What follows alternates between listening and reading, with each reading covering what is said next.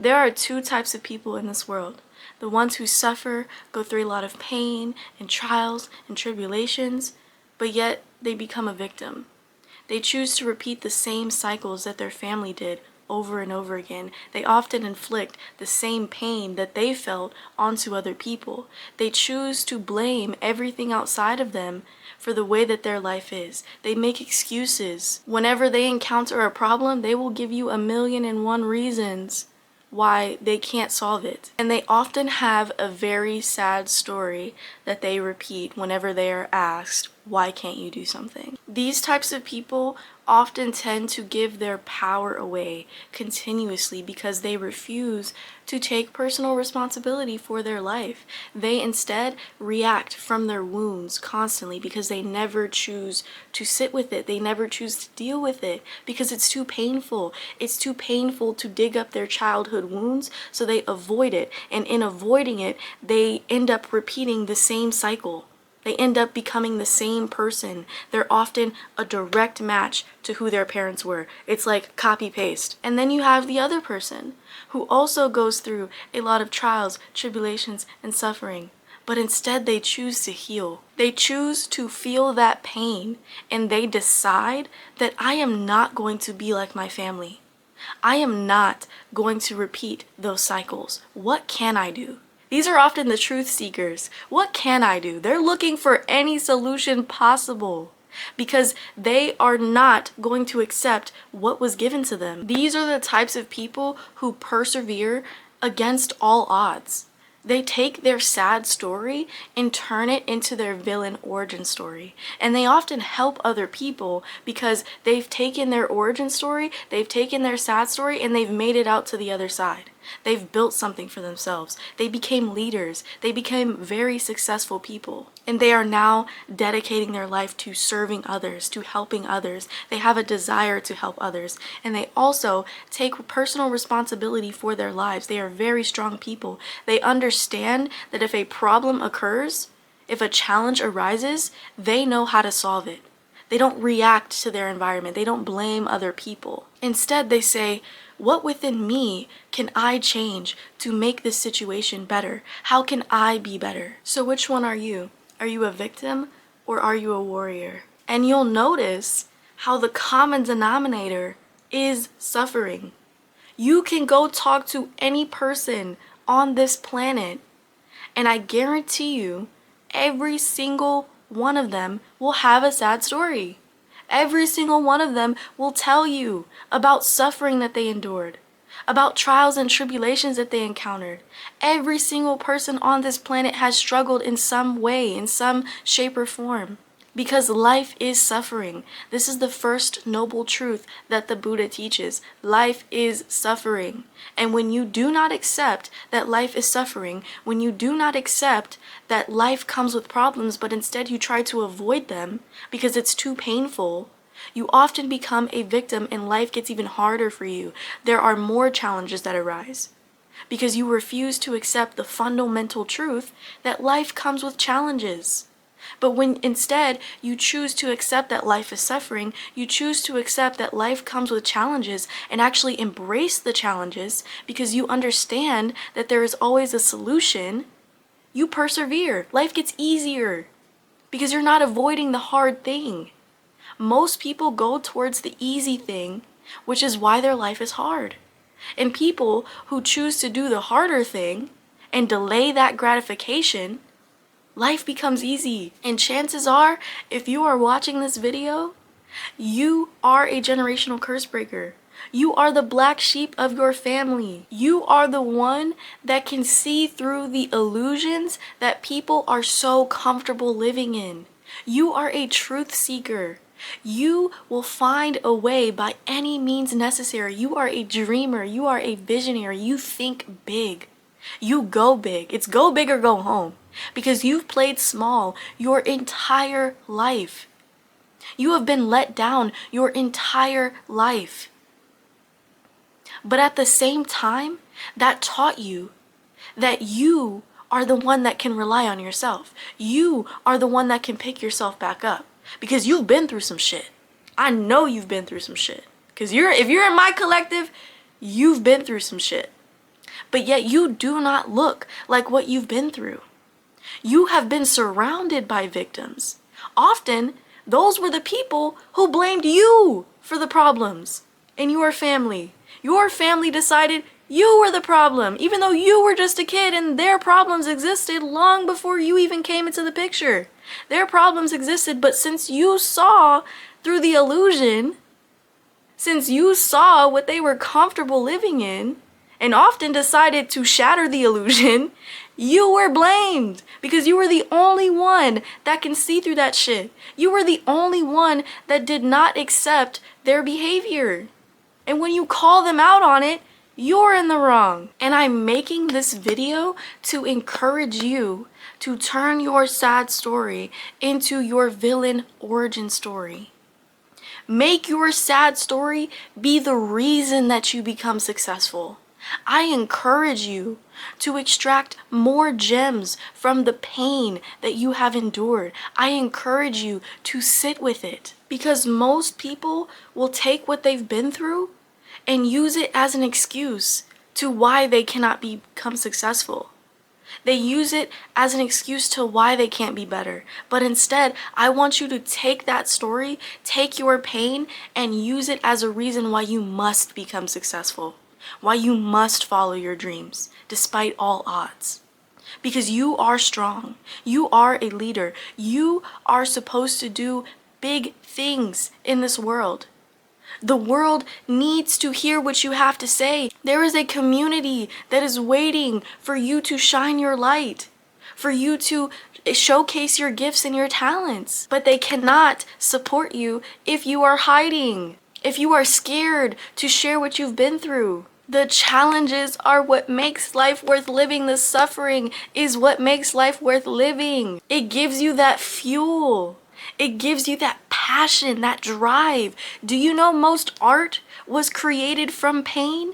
Do you know most creation was created from pain? If you ever see a beautiful piece of artwork, I guarantee you that came from somebody's darkest time. That came from somebody's rock bottom.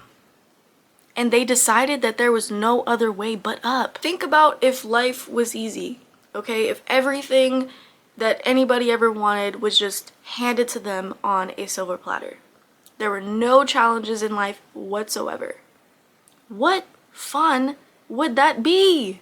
A lot of people say, oh, well, if I had this, or oh, if I had this, life would be easier. No, it wouldn't.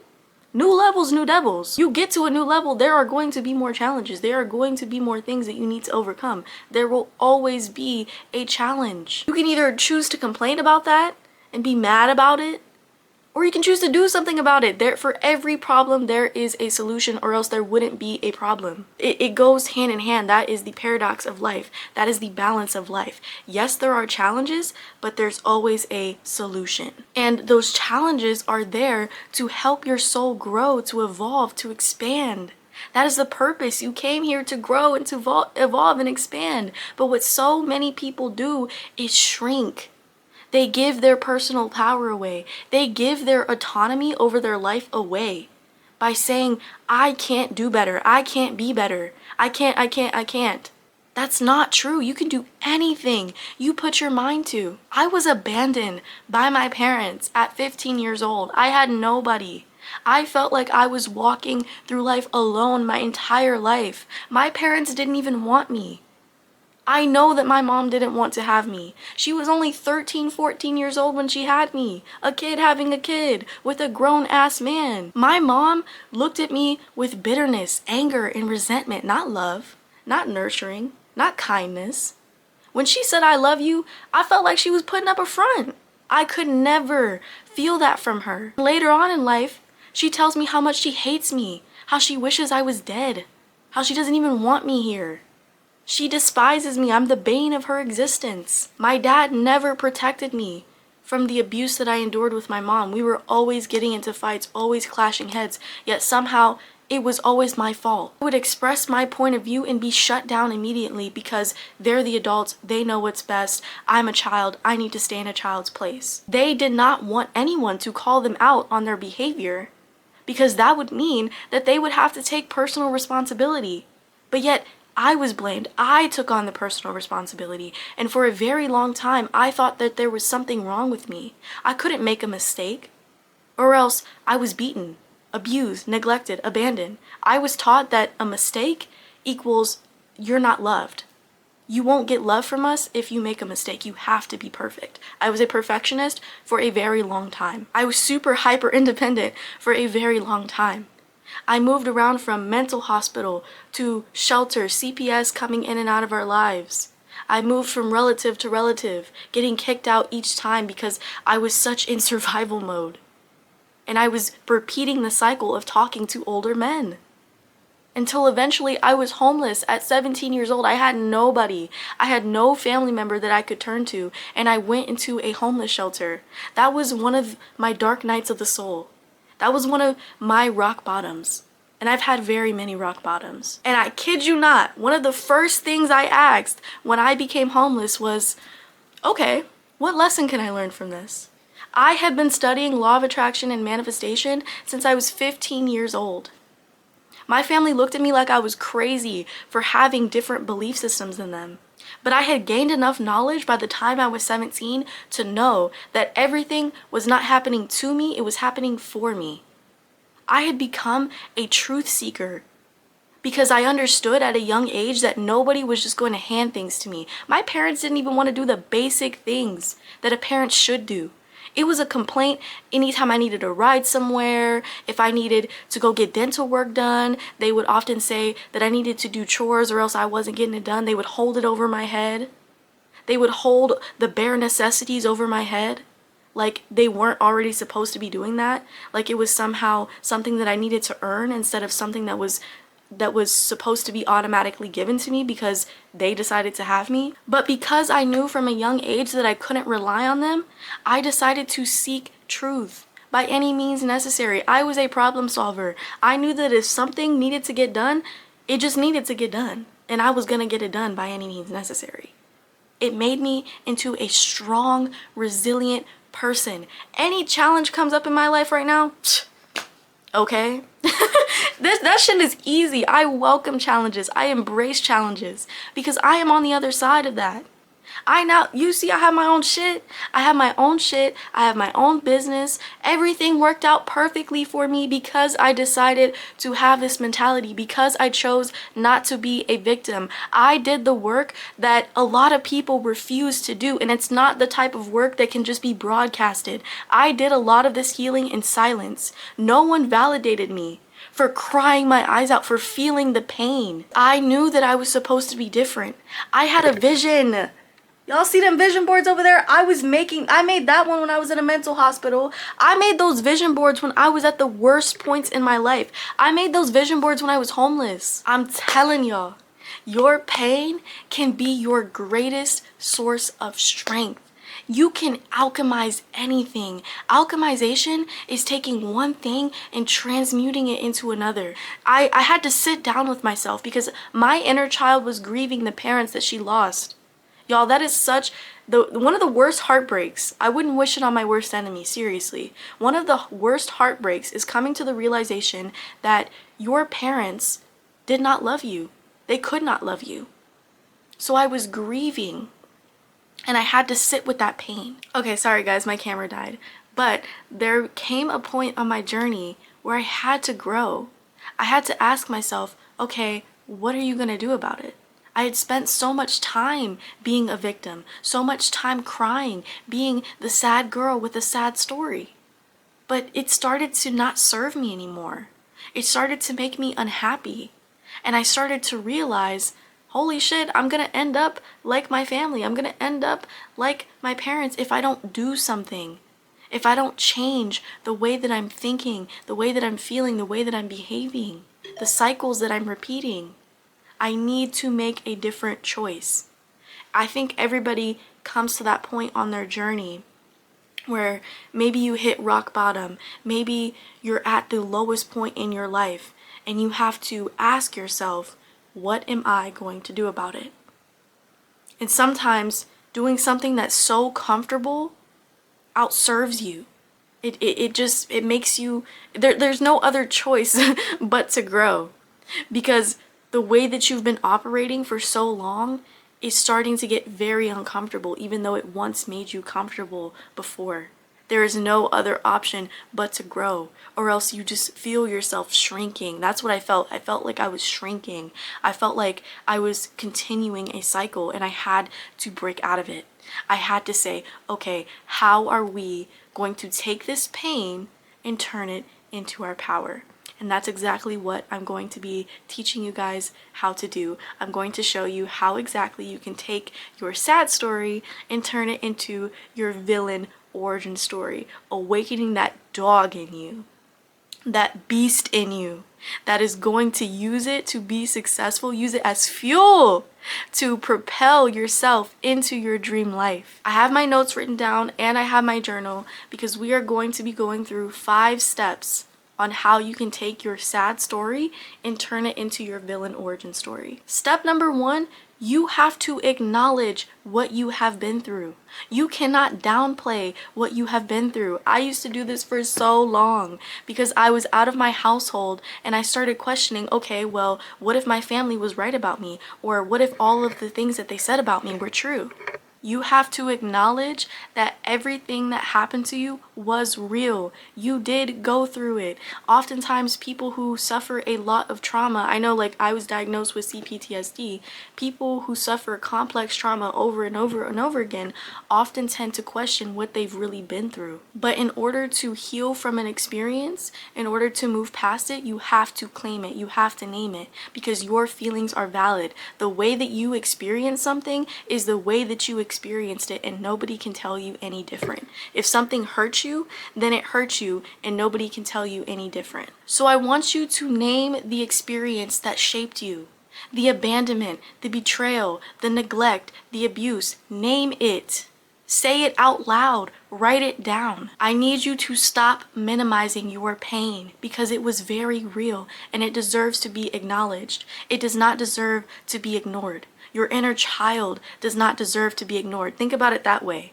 Instead of minimizing your experience and asking yourself, oh, well, what did I go through? Or did I really go through this? Or maybe they were right about me. Think about your pain as your inner child coming to you and saying, this is what I experienced. Are you going to say, no, you're wrong. I don't believe you. Are you going to be mean to them? No, probably not. So stop minimizing your pain. Acknowledge what you've been through. I want you to take out a journal and write it down. Write down every single detail about what you experienced, or write about what hurts you, what keeps you up at night, what makes you cry. Write out your sad story. You cannot turn it into your villain origin story if you don't even know what your sad story is. And this is probably going to be the hardest part of this step. You have to acknowledge and forgive the version of yourself that survived. I have made so many mistakes in my journey. I have failed so many times. I have done things that I am not proud of. But at the same time, I've worked on loving myself. I've worked on forgiving myself because I realized that I did what I had to do to survive.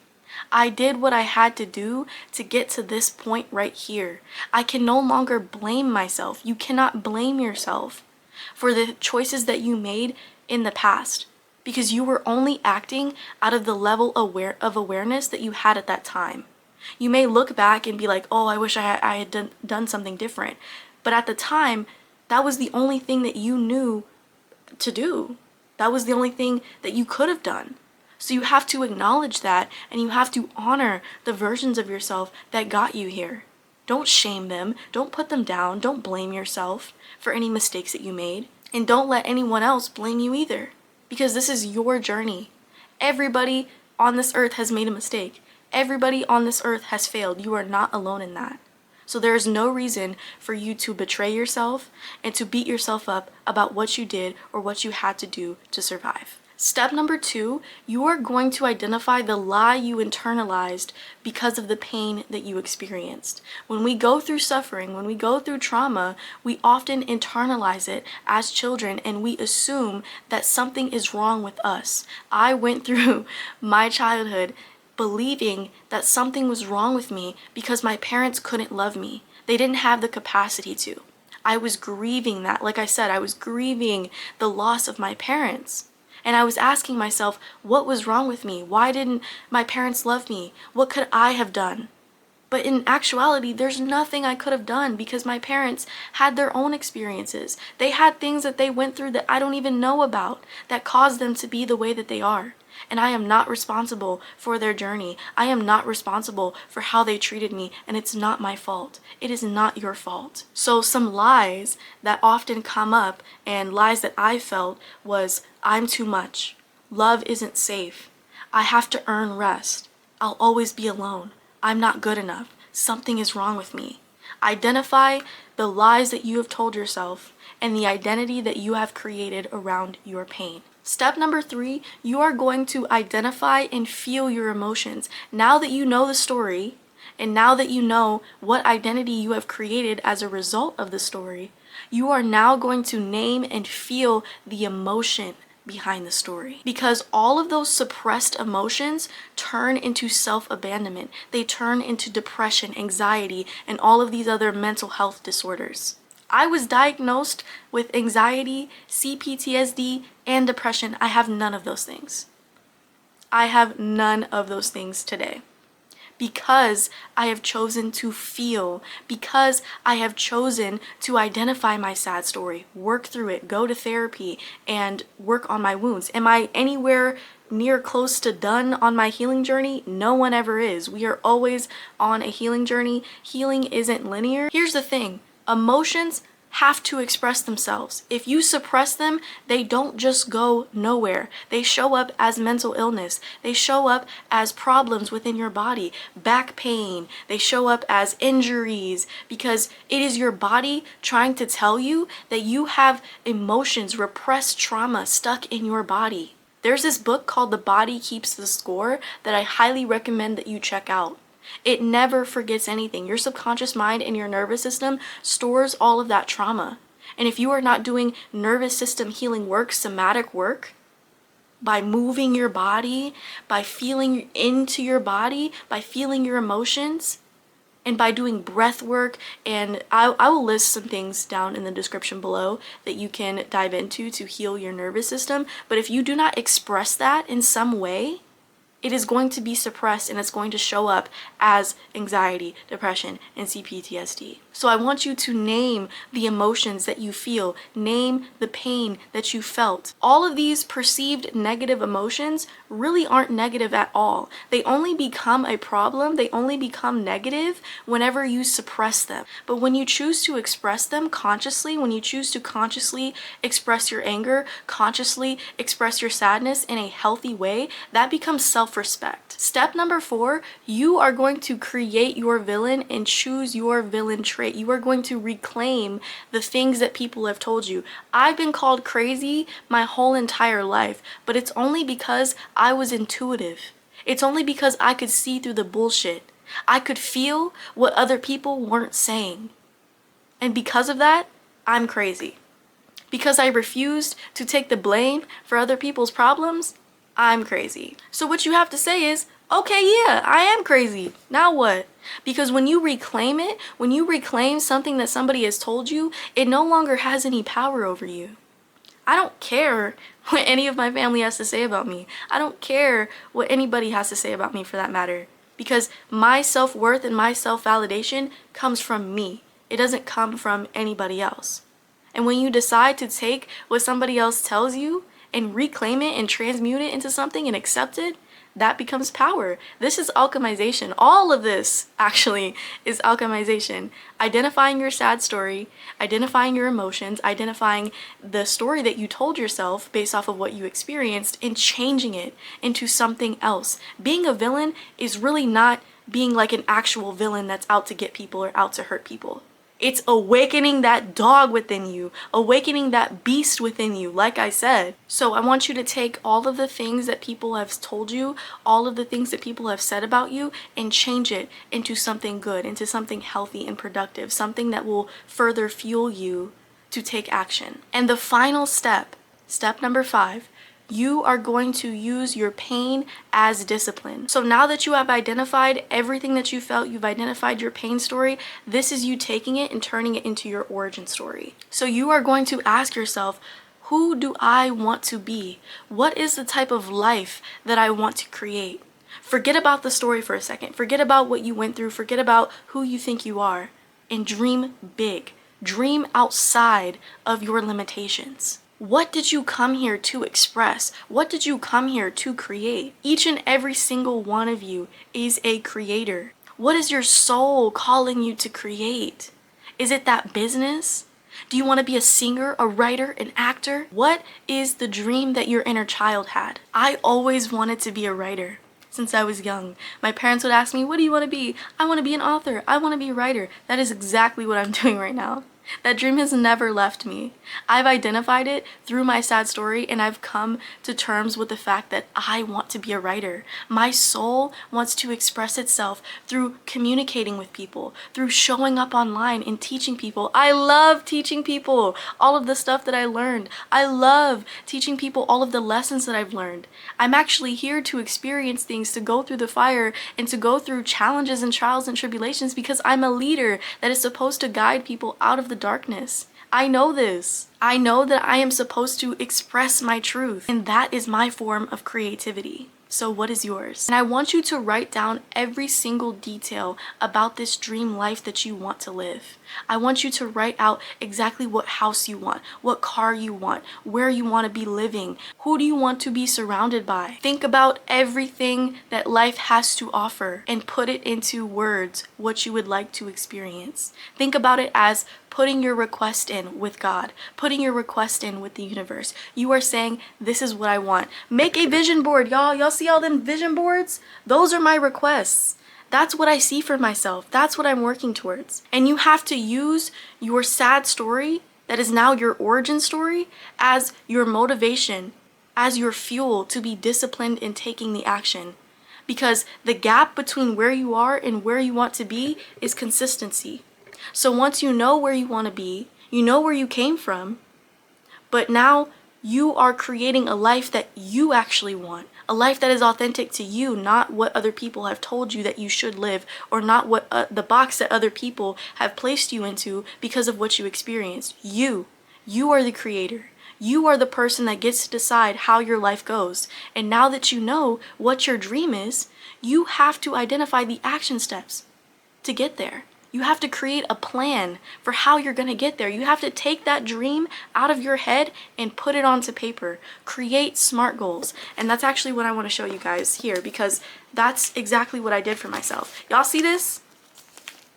This is a habit tracker for January. January hasn't even started, and I have a habit tracker because I know the steps that it takes to get to that dream on that vision board.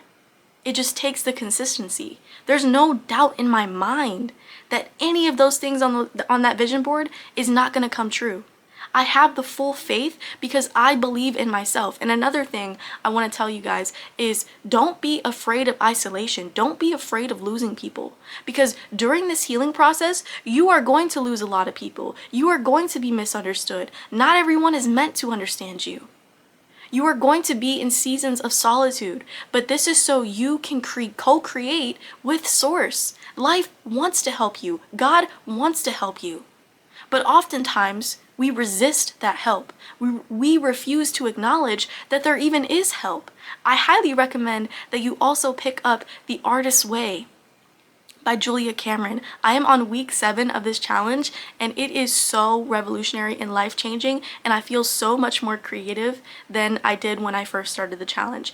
All of the books that I mentioned, including The Body Keeps a Score and a couple of other books, will be linked in the description below, so make sure that you check them out. So here, this is exactly what I did, so you guys can see that I practice what I preach. One of my fitness goals was to lose 15 pounds by following a consistent fitness routine, which I have already outlined, 4 to 5 times per week. I already know what I'm doing every single one of those days, so I'm not questioning, oh, well, what do I do? I legit looked up a fitness influencer who had a similar body type that I wanted, and I followed her routine. I wrote down her routine.